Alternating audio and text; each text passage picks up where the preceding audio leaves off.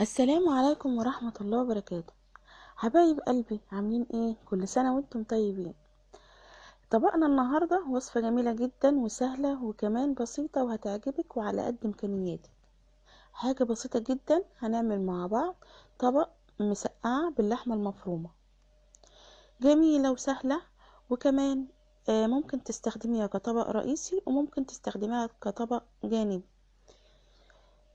الشكل والألوان، انا معايا هنا بروتين ومعايا حديد ومعايا خضار في قلب الطبق.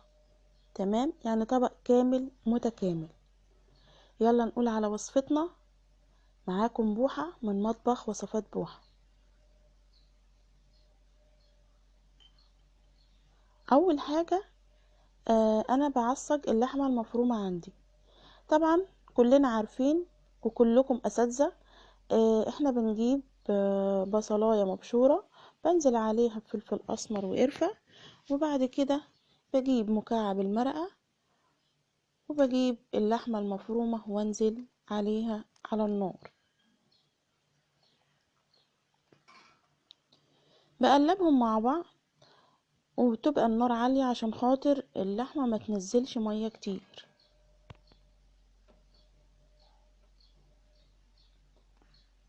بتقلبيهم حلو. انا هنا ما حطيتش اي نوع زيوت او سمنة عشان خاطر انا اللحمة بتاعتي عندي طبعا فيها دهون وكده واحنا في رمضان، وطبعا مش محتاجة ان احنا نكتر دهون. انا بصراحة بحب اعملها كده، ما بحبش احط فيها اي نوع مادة دهنية.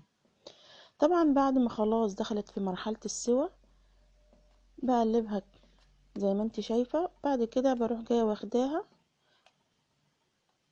واحطها في طبق، وابدأ اجيب جريل تاني او قلاية تانية وابدأ ان انا اجيب اعمل الصوص بتاعها. انا هنا بجيب معلقة او معلقتين زيت، وابدأ ان انا اجيب 3 فصوص توم وبحطهم مفرومين في قلب الزيت.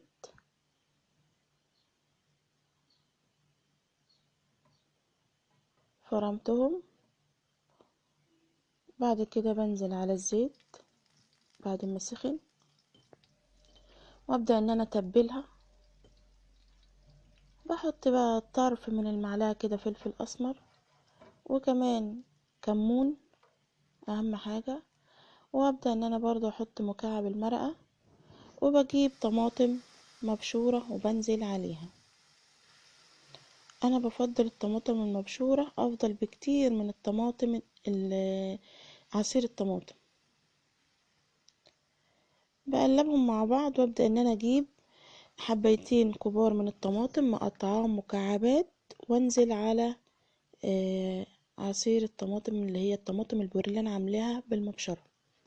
اول حاجه برضو ما بنساش بحط طرف معلقه من الملح عشان خاطر ما بكترش الملح، عشان خاطر اللحمه المفرومه عندي بتنزل طبعا الملوحه بتاعتها في قلب الاكل.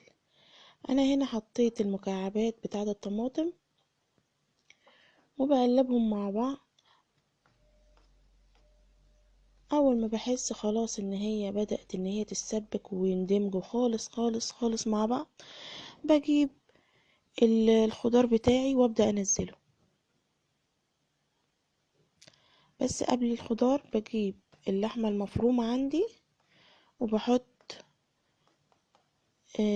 الكمية اللي انا محتاجاها.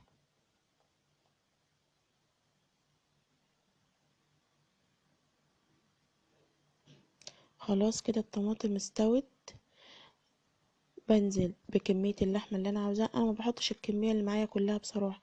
الكمية لو بقت معاكي لحمة وانت مش محتاجاها بتحطيها في كيس تلاجة وتحطيها في الديب فريزر لحد لما تستخدميها في أكلة تانية أو في وصفة تانية. أنا خدت الكمية اللي أنا محتاجاها وأبدأ إن أنا أنزل عليها بالخضار بتاعي اللي هو البتنجان اللي أنا مقطعاه مكعبات ومشوحاه كده في الزيت،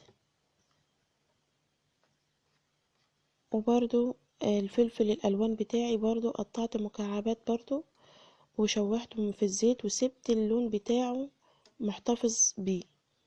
مش بخلي اللون بتاعه يتغير ابدا، عشان خاطر يديكي لون حلو في قلب الطبق بتاعك. ادي الفلفل وبنزل، شايفه شكله عامل ازاي؟ جميل جدا، محتفظ باللون بتاعه. انا بديله بس تشويحتين تلاتة كده في معلقتين زيت، وبعد كده بنزل ابدأ بالطبق بتاعي. خلاص هو كده الطبق خلص، ابدأ ان انا اجيب الطبق تقديم واجهز الطبق بتاعي.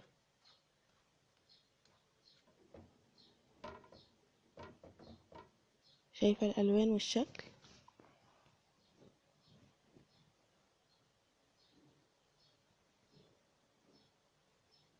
ما شاء الله.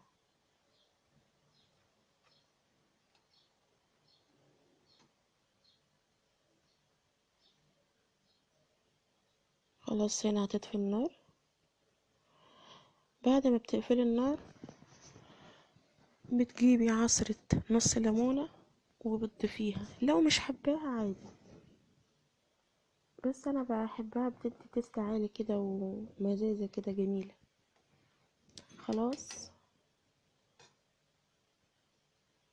جبت طبق التقديم، وابدأ ان انا انزل فيه احلى الوان ممكن تشوفيها في حياتك، واطعم طبق مسقعة باللحمة المفرومة ممكن تاكليه بصراحة يعني.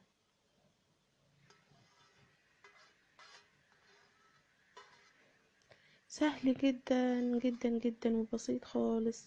انت ممكن عندك مثلا بتنجانتين على قرنين فلفل على كوباية من اللحمة المفرومة، حاجات بسيطة جدا، بتعملي طبق منه، طبق كامل متكامل من البروتين والخضار والحديد، كل حاجة.